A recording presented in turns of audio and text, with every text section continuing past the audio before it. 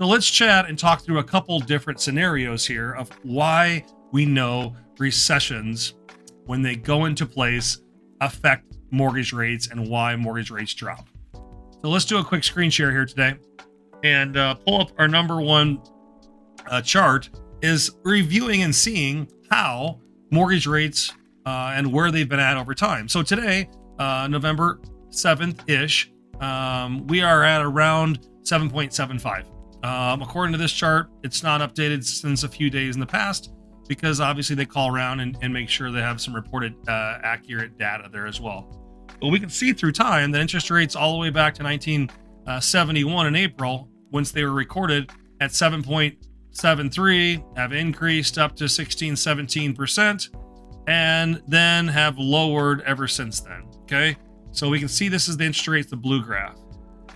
We can also see is the gray sections here, here, and here are recessions. And the easiest one to remember in our recessions obviously is 2008, 2007 fall, and 2008. And this was a time frame where we can see here that interest rates going into the recession were mid to upper sixes, and after the recession was over, we're in the lower fives, mid fours, lower fives.